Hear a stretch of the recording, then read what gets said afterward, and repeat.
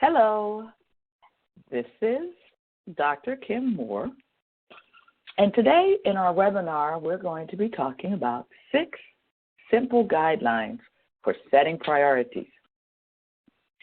As I said, this is Dr. Kim Moore, your guide to leading with confidence. Today, during our webinar, if you have any questions at all, please type those questions in the chat box. This session is being recorded and will be available at a later date at kimdmoore.com/webinars. Now, before we get started this morning, I'd like to thank our sponsors, Career Ministries of Grace Family Church. We are so excited to have them sponsor this webinar because I know that everyone has priorities in their lives. So the question is, how do we get those things done that we need to get done in a timely manner? So let's get started.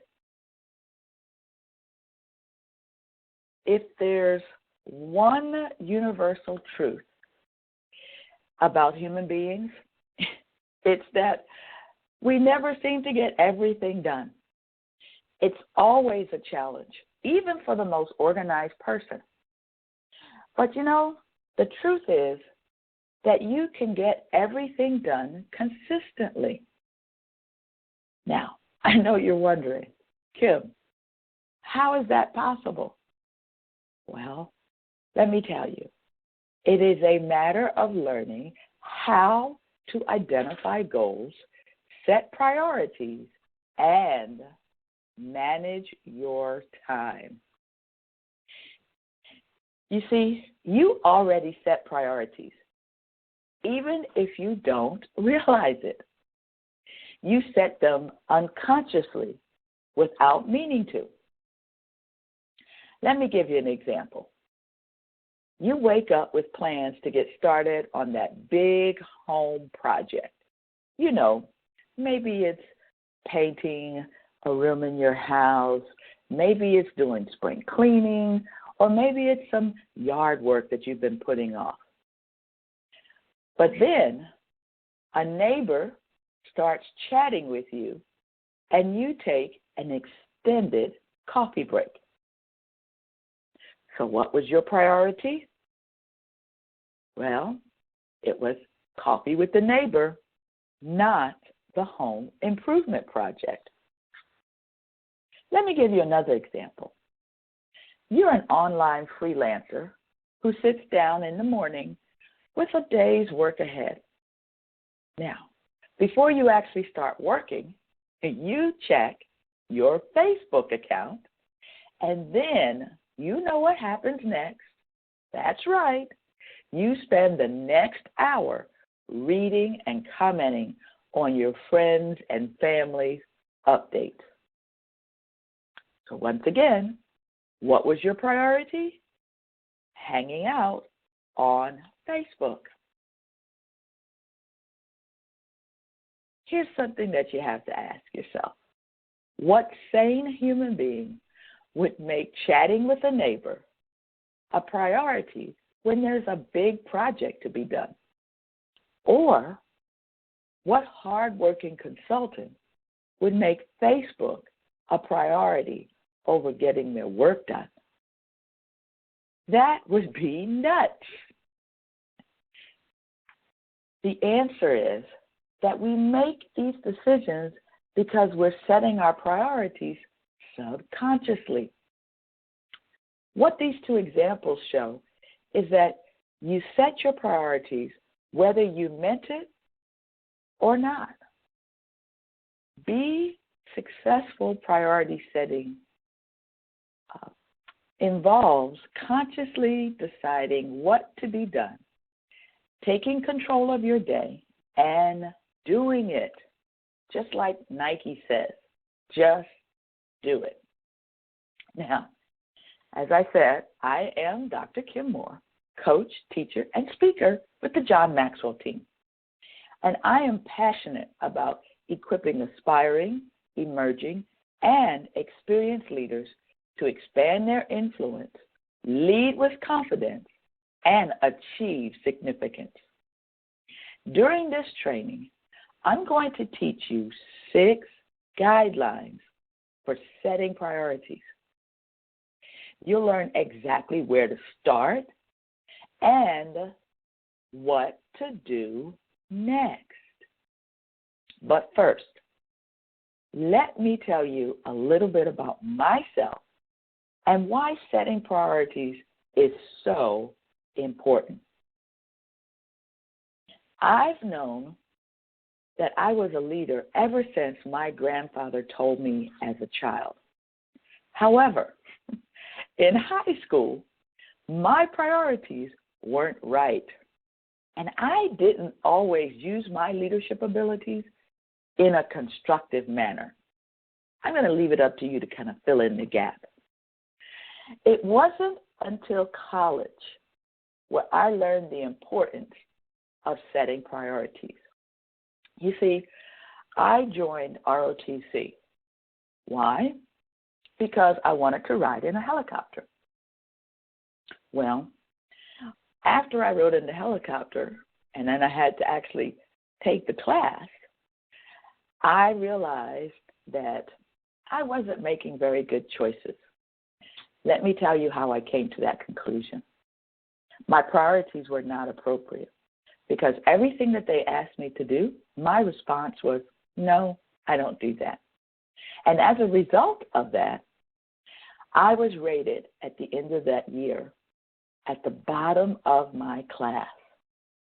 So what we did back then was peer rating. So all of the cadets had to rate each other. And I was the bottom. Well, as you can imagine, that hurt my feelings.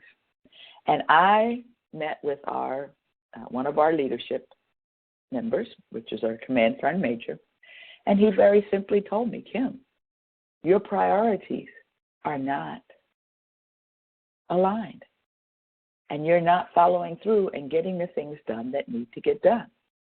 Well, I made a decision at that point to use my leadership in the right way. And I went from being the last cadet to the number 1 cadet. And in my senior year of college in ROTC, I was the first female cadet commander, and I won every leadership award. Now, how did I do it? I set my priorities using my leadership in the right way. When I finished college, I had a very successful career in the military as a chemical corps officer. And what does a chemical corps officer do? I specialized in nuclear, biological, and chemical warfare and weapons of mass destruction. I know that's a lot to say.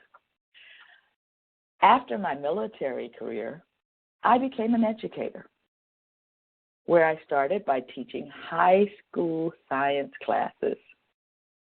I also taught college business courses, and I eventually moved into administration. I am currently the senior leader of my organization with a staff of 150, serving more than 1,700 students. But I have to tell you, one of the most important leadership roles that I have had the privilege to serve in, and that has taught me the most about setting priorities, is being the mother of 5 wonderful, gifted, and talented children. I know, I'm a mom, and we know what moms always say. But yes, 5 children. Now that you understand my journey from school to the military through education and parenting, let's discuss why setting priorities are so important. Because trying to juggle everything that life offers can be quite exhausting and overwhelming. Now, as we begin to discuss priorities, please write down your thoughts on these two questions. What do you hope to get out of this training? And what would be a win for you? So once again, just write down your answer to these two questions. What do you hope to get out of this training? And what would be a win?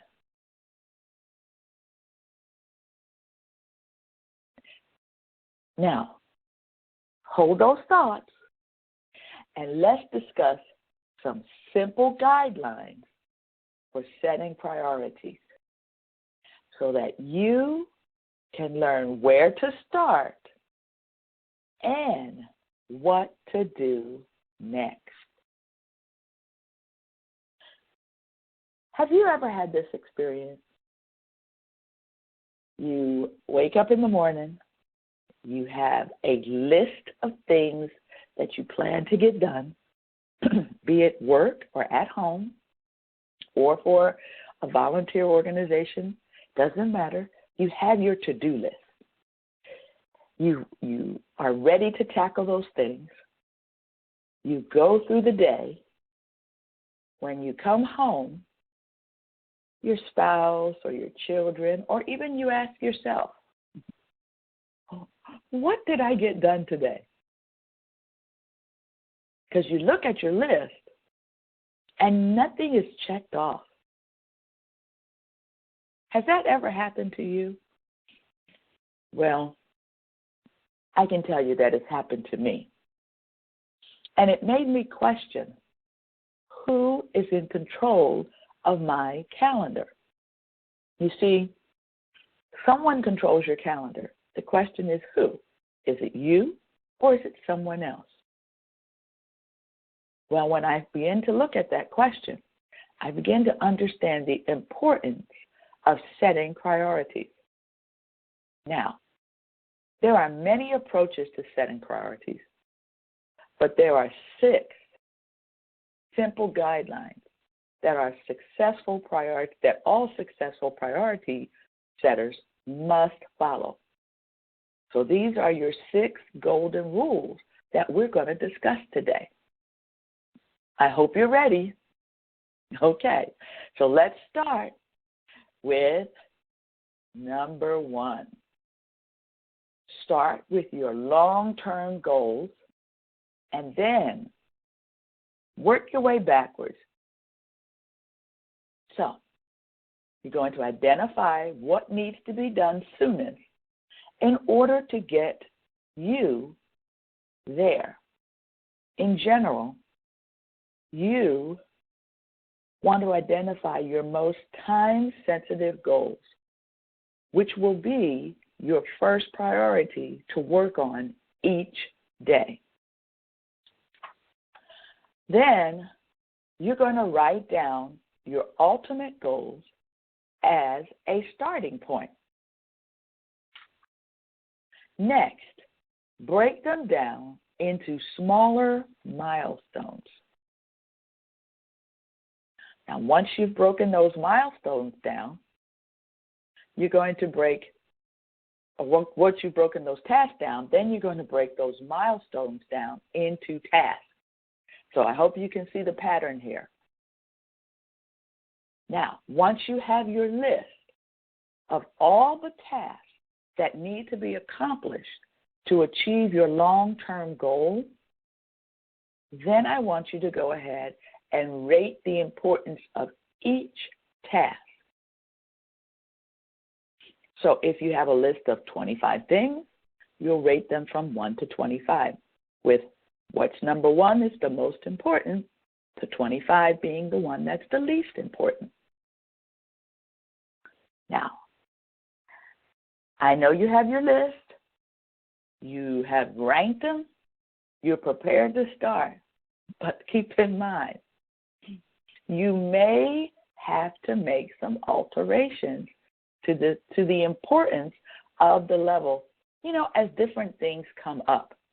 So remember, you want to stay a little flexible with your list. So Number one is start with your long-term goals and work backwards. You know, after you have identified the goal, you have broken it down into smaller milestones. You've taken those milestones and broken them down into tasks. You've rated each task as to the importance. Now you want to be prepared to shift the levels of importance as different things come up. Because there may be times when you have to choose to bump the least time-sensitive tasks up on your daily task list to get them out of the way. But although you should be flexible, priority setting always starts by identifying and considering those long-term goals. Okay? All right. I am excited because now we are going to move into guideline number 2, which is cut up big tasks into tiny chunks. One of the individuals that I work with runs marathons. I know what you're thinking. It's not me, Kim. No, it is not me either. But this person enjoys them. And what she does is she doesn't just go out and run 26 miles every week to prepare for the marathon. She chunks out the task that she wants to complete to prepare for her marathon. Because we had a conversation one day, and I asked her, so before you ran your first marathon, what did you have to do to prepare for it? And she broke down the steps that she took using guideline number 1, basically. She identified her goal, she chunked it out, and then she began to put together her plan of how she was going to accomplish that. So she started off running, I think it was like 3 miles for the first week or 2 weeks, and then every week she would add miles to it. And there was a whole training regimen that she followed using an app that she had found online. So she used that, though, to help her chunk her task into bite-sized pieces. So identifying the long-term goal is only the beginning.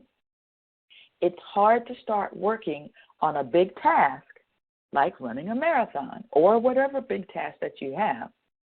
And it may be overwhelming to you because you're looking at all the things that need to get done. And sometimes when we get overwhelmed, we don't actually know where to begin. So for this reason, it's important to break these larger goals and tasks into smaller ones that can be easily achieved. Identify all of the steps and milestones along the way toward getting the task done. How small should your tasks be? Well, break them up so they are small enough to fit on a daily list of things to do. So go back to my example of running a marathon. Well, with working a full-time job, do you have time every day to go out and run 26 miles? No. But you do have time to go out and run 3 miles, 5 miles. And then on the weekends, you can run 10 to 12 or 15 miles. So if we want to achieve our priorities, and with using guideline number 2, we're going to dissect our task even further into our daily to-dos. So what can I accomplish today? Give yourself a deadline for each task. So if it's a task for work, you want to set a deadline. I'm going to finish this by close of business today or tomorrow. Also, give yourself time limitations for each task. You know, if this task is supposed to, if it's a very small task, maybe you assign 15 minutes. If it's something larger, maybe it's an hour. Or if it's 2 hours, then you're going to block that time off on your calendar so that you're not interrupted and you can get those things done. You want to keep an eye on the ultimate goal to maintain your motivation. And that's one of the reasons of having things broken down into smaller chunks, because you want to feel a sense of accomplishment. Now, for those tasks that can't be broken into small ones, like cleaning a certain part of your house or job hunting online, set aside a certain amount of time each day to work on them. Because when you do that, you will reduce your frustration and you will increase your sense of accomplishment. So in guideline number 2, you're going to give yourself time limitations for each task. You're going to keep an eye on your ultimate goal. You're going to dissect those tasks down to your daily to-do list, and then you're going to give yourself a deadline for each task. Are you ready to move on to number 3? All right. Be specific and set measurable goals. When I first became a teacher, I would have my students identify what was their goal as far as the grade that they would like to earn in my class. And as you can imagine, most of the students said, I want to earn an A. Now, for those few that didn't want to earn that A, well, we had to have a conversation as to why they were setting their goals so low. But most of them wanted to earn an A. So then what would I do with them? I would follow the same practice, the same training that I'm giving you today with my students. So their long-term goal, earn an A in the course. Then we had to identify all the things that needed to be done to accomplish that. We chunked it out, and then we set specific and measurable goals.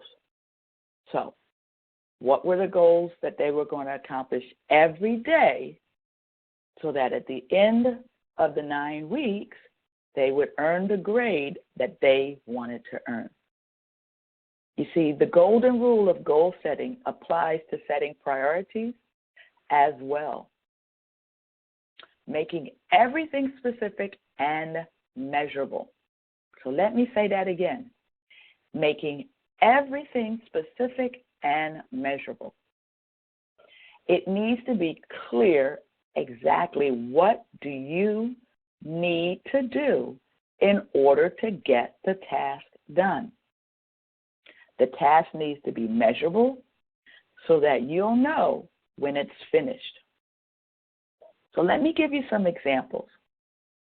Instead of saying, save money, your goal should be to save a certain dollar amount. Instead of lose weight, you need to decide exactly how many pounds, or one of the things I like to do is what outfit you want to fit into. So now you have a measurable goal. It's specific and it is measurable. When you're looking at being specific, give your goals details such as quantities and the timing that you can measure. Give your daily breakdown tasks the same treatment. Now remember, back with guideline number 2, we were cutting everything into smaller chunks. So that's your daily broken down task. You want to do the same thing with those tasks. Make them specific and measurable. when it comes to motivation, it is critical. It is critical that you have precise milestones. This will help you achieve those quick wins and keep your motivation level up because you can see that you are making progress towards your goal. Your priorities and your daily tasks should be specific and measurable, just like your long-term goals. So going back to those examples I gave you, if you want to save money, identify a specific amount. I want to save $1,000 in 12 months. Now you're going to chunk that material out, and then you're going to be able to see every day, what can I do? So instead of buying a cup of Starbucks, I'm going to save that money, and I'm going to make my coffee at home. Very simple. And as you see your money grow, then you'll be motivated to keep working towards your goals. Okay? Number 4, simple is best. And don't try to think big. One of my favorite expressions that I use a lot at work is eat the elephant one bite at a time. You know, as the leader of my organization, people come to me every day with different issues and challenges. And some of those things we can solve very quickly, but a lot of them are things that have to be worked on over time. Therefore, we have to follow the same guidelines that I'm giving you today in order to achieve our priorities. And normally when it's such a big issue or a big challenge or a big goal that we want to accomplish, a huge project, I can sense sometimes when my staff is getting frustrated. And what I will remind them is, we can't eat the elephant all in one bite. We have to eat it one bite at a time. And if each of us is taking a bite, then eventually we will eat the elephant. So I want you to keep that phrase in mind as you're thinking about what you need to get done as far as achieving your long-term goal. Now, I know a lot of entrepreneurs, and entrepreneurs always say that you should think big. That's wonderful if you have an entrepreneurial spirit and the massive drive, to get those big things done. But let's be honest, most of us are not really entrepreneurs. And it's actually not beneficial to think big. It's better to think small. Now, I don't want you to think, well, Kim, are you telling me to have small thinking? No. We all have large aspirations and goals that we want to achieve, and we should be striving toward those things. So no, I'm not saying don't have big, lofty goals. What I'm saying, though, is that when it comes to prioritizing what you need to do to achieve those long-term goals, the simpler your plan for prioritizing, the easier it will be to implement your plan. So remember, we're going to eat the elephant one bite at a time. And the elephant is a big elephant. So let's have big, lofty goals, but then let's think small as we try to accomplish those goals. So keep the complications to a minimum. You want to keep it simple, not overcomplicated, because keeping your tasks simple will help you maintain a clear idea of what needs to be done. You never want to lose focus of what you're doing and why you're doing it. So don't allow yourself to take on too much, which, if you're like me, and I know you are, you may be inclined to do. So don't overcommit yourself. Revisit your goals regularly to fine-tune them and to stay on track, because we don't want to go off on those little rabbit trails. Remember, having coffee with our neighbor wasn't our priority. It was getting our big project done. And Facebook wasn't our priority. It was doing our work that we needed to accomplish that particular day. So the fewer goals and priorities you have, the easier it's going to be to get them done. You see, when you overcomplicate your plan, then you fall into one of the most common pitfalls in priority setting. So keep this in mind. When you overcomplicate, you make it impossible to get everything done. And we know what happens when we can't get everything done. Yes, your frustration level goes up, and then you want to abandon your goal because you're frustrated. So as you think about guideline number 4, keep the complications to a minimum. Keep your tasks simple and maintain a clear idea of what needs to get done. Watch your time and make sure that you're not taking on too much. So don't overcommit yourself. And then, just to make sure that we're staying calibrated and we're staying on track, revisit your goals regularly to fine-tune them. All right, we've done guidelines 1, 2, 3, and 4. Now let's talk about guideline number 5. Measure your results and stay flexible. I'm quite sure most of you have heard this expression at some point. Plan, do, check, and act.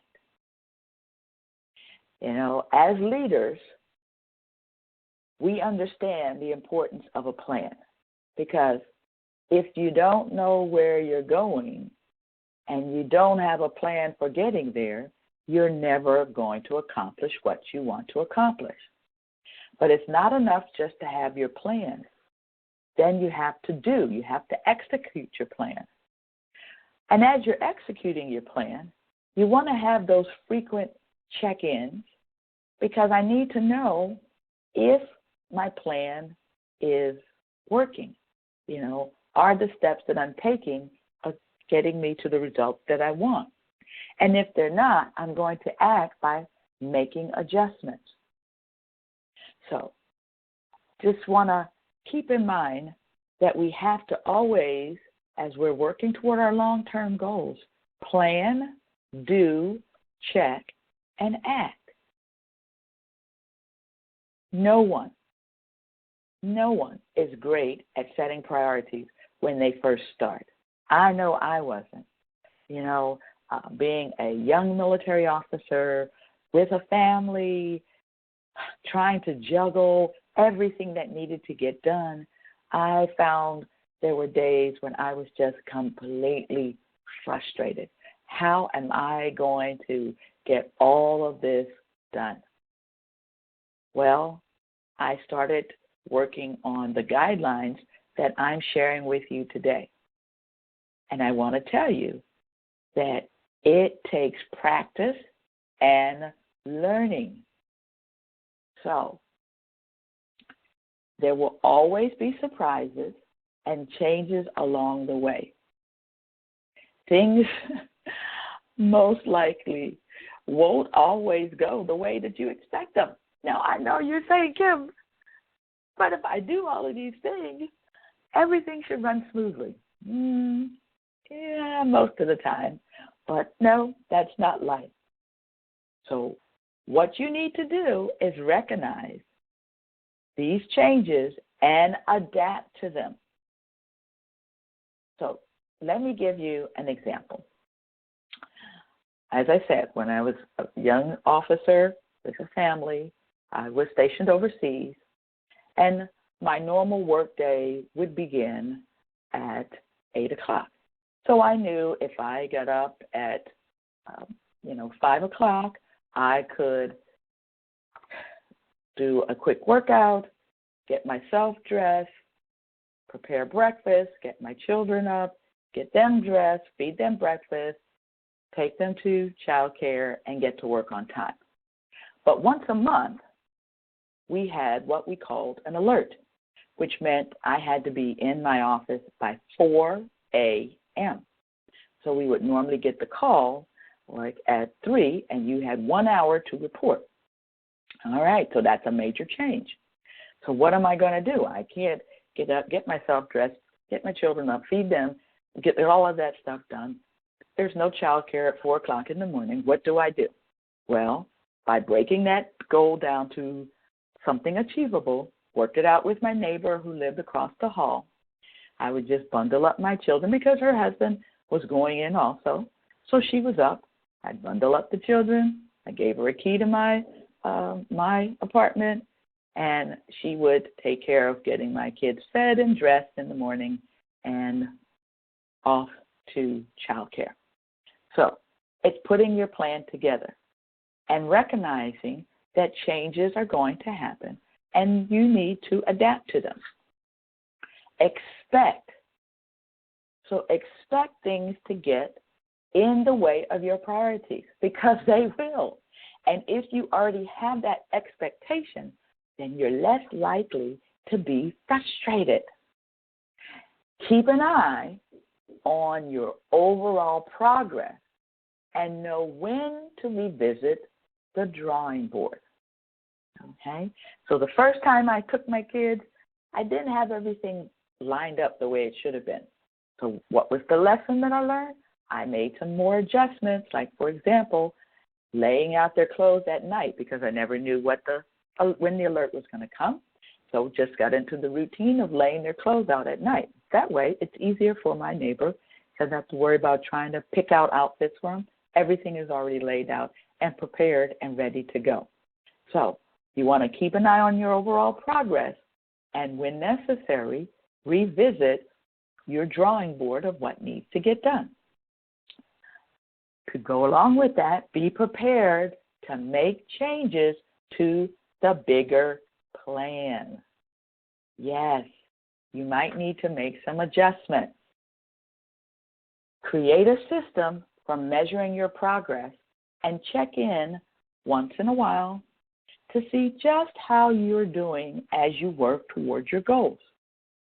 And if things aren't going the way you'd like them to, make changes to your system or your priorities. So go back to that previous example of, I want to lose weight. Well, if you're not you're not seeing the progress that you need to see, then maybe you have to go back and look at your plan and make adjustments. Maybe having ice cream every day, even though it's on the plan, may not be a good idea if you're trying to accomplish your priorities. Okay? Change it to ice cream once a week, or once every 2 weeks, or once a month, whichever one works best for you. So we've covered guidelines number 1, 2, 3, 4, and 5. So let's talk about my favorite out of the 6 guidelines. It is live your priorities.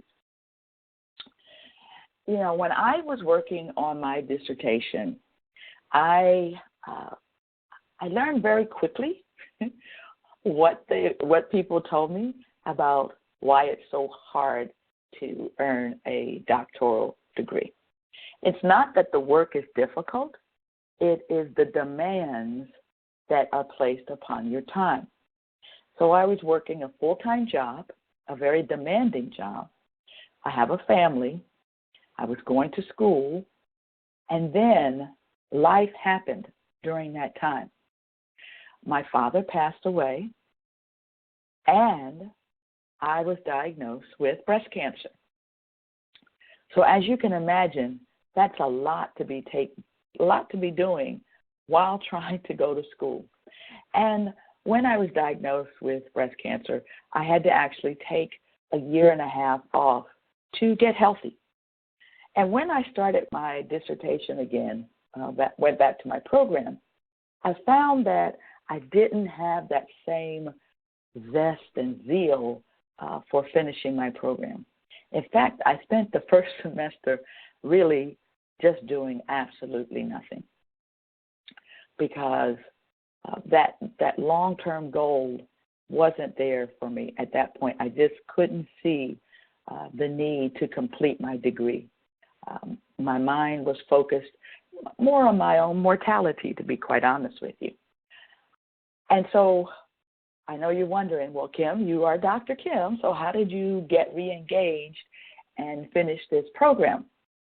Well, it took the encouragement and support of my husband, who very simply figured out what motivates me and then tapped into that motivation.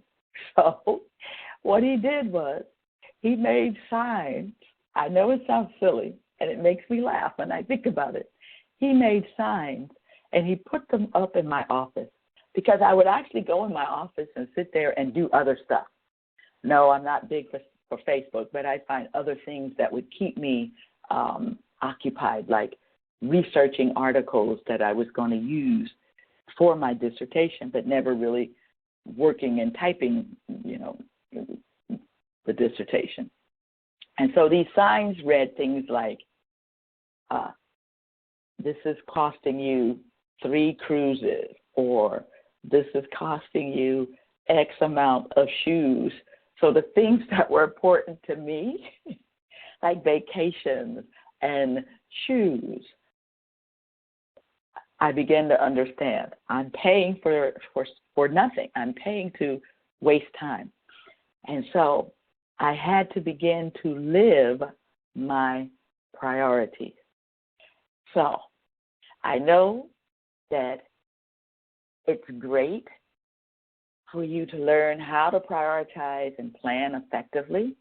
All of these tips that we've talked about today are important, and you know that already. But remember that it takes action on these plans, and you have to live them to achieve your priorities. Otherwise, setting priorities is totally meaningless. So I said I wanted to accomplish this goal of earning a doctoral degree, but my actions didn't align with my priorities, because I was really taking very little action. Very little action. It's not until I put into place the guidelines that I've shared with you today that I began to get re-engaged, refocused, and was able to accomplish my goals. So if you're not living your priorities and getting things done, you're not going to accomplish your goal. And there are a few potential problems with this. Maybe your long-term goals you identified as the most important to you, well, maybe they aren't actually that important anymore. But only you can make that decision.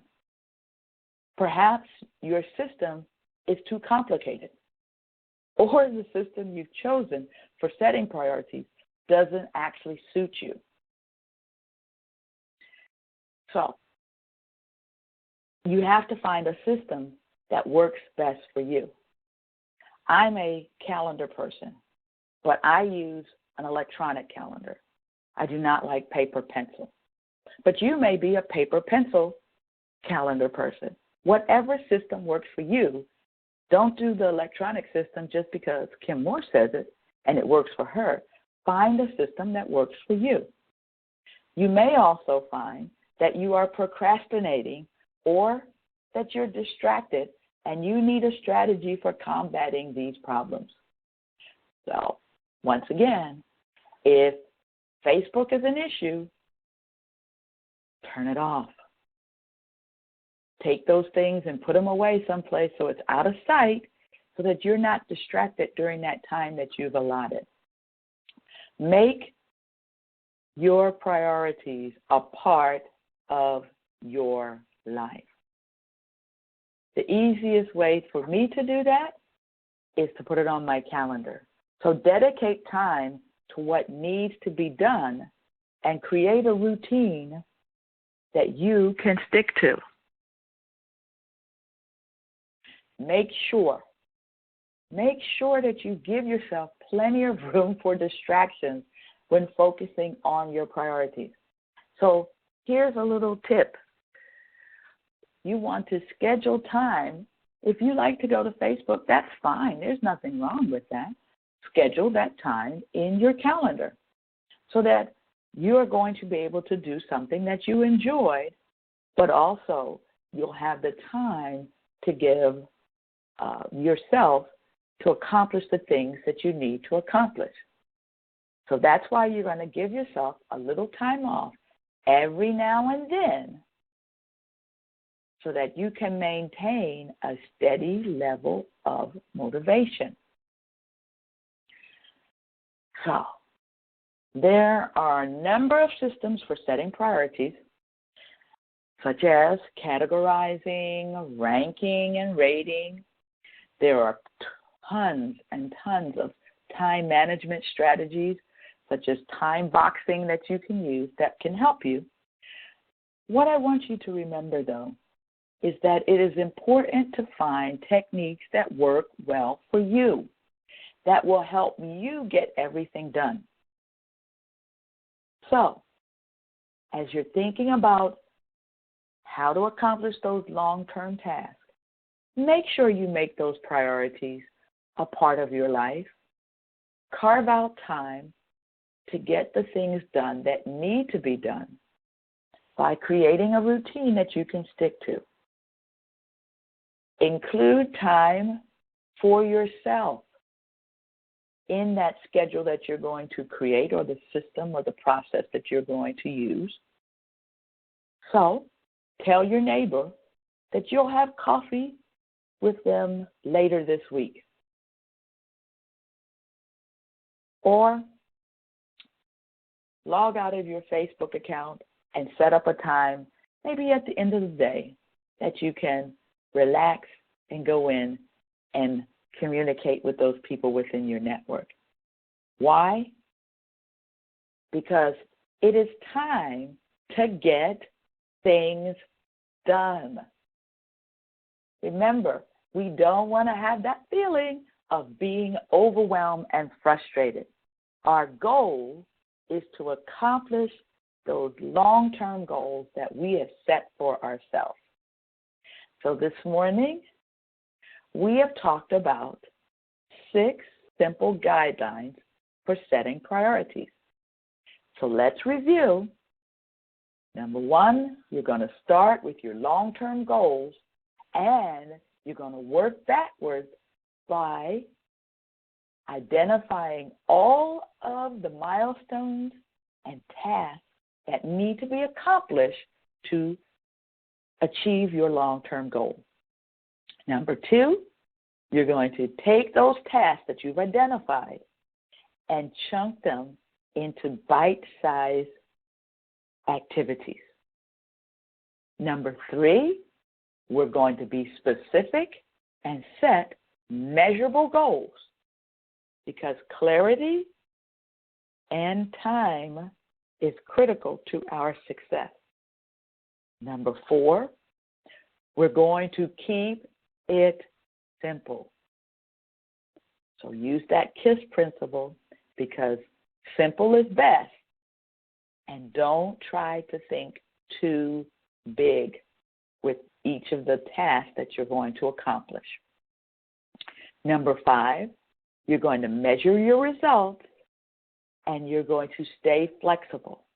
Our goal is to see our progress. So how do we do that? We're going to plan, do, check, and act so that we can measure our results and make adjustments where it's necessary. And last but not least, we're going to live our priorities, because we can have the best plan ever created. If we're not taking action to accomplish those things, then we're not going to be successful. So we want to make sure that we have a system that works for us, that we allot the time necessary for those things to be done, but we also allot time for ourselves so that we have some things that we like, that we enjoy doing, and it makes our priorities an actual part of our everyday choices. Remember, if you have any questions, please type them in the chat box, and I will be more than happy to answer them. Okay, so I see a question. The question says, you suggested we be flexible once we make our list. If we continually make changes, we'll never finish anything. How often should we make changes, but not to the point that we can't finish anything? Oh, great question. Great question. So, yes, you do need to be flexible, but as you're analyzing what changes you need to make, you're going to go back to the beginning of this process. So, if you have to make changes, you want to go back and follow the same process that we were talking about. So you want to go back to guidelines number 1, 2, 3, 4, to see where are you at and what do you need to make the change. Why do you need to make the change? So it may be, for example, let's say saving money, since we talked about that earlier. That's still your long-term goal. So let's say you're seeing that you're not achieving as much as you want to save at this point in time. Well, why is that, first off? Well, maybe you needed new tires for your car, or maybe your washer broke. Things happen. So, okay, what do I need to do? How do I make an adjustment? Well, I may need to go back to my long-term goal. Yes, I still want to save $1,000. That hasn't changed. I still have the same breaking it down into tiny chunks. Now I'm at specific goals and measurable goals. Well, maybe my goal was to save $100 each month, which would have put me over the $1,000 in 12 months. Well, now maybe I can't save $100 this month because, like I said, I needed tires or something else happened. Well, now maybe instead of $100, I need to save $125. Okay, so what task or what else can I do? So now, instead of just giving up Starbucks, maybe I need to give up going to the movies every week or going out to dinner every week. Whatever area that I can make an adjustment in to get me back to my goal. Because even though we're being flexible, we want to make sure that we're still measuring our results and that we're making progress toward those goals. So, no, we don't want to become, willy-nilly and just keep being flexible and so that we never accomplish anything. We want to follow the process, and just sometimes we have to spiral back, make adjustments so that we can move forward. I hope that answered your question. If there are any other questions, please go ahead and type them in the chat box.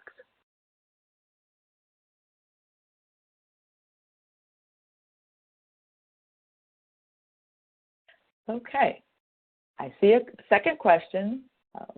Kim, you covered a lot of material today. Is this material available? And the answer is yes. Remember, I stated at the beginning that the training today is being recorded, so you will be able to listen to the replay if you go to my website, kimdmoore.com/webinar. This webinar will be available for you to listen to. In addition, if you have any questions, you can reach out to me through my website, and I will be more than happy to answer any questions, additional questions that you may have. So now I want you to go back to those two questions that I asked you at the beginning of the training. What do you hope to get out of this presentation, and what would be a win?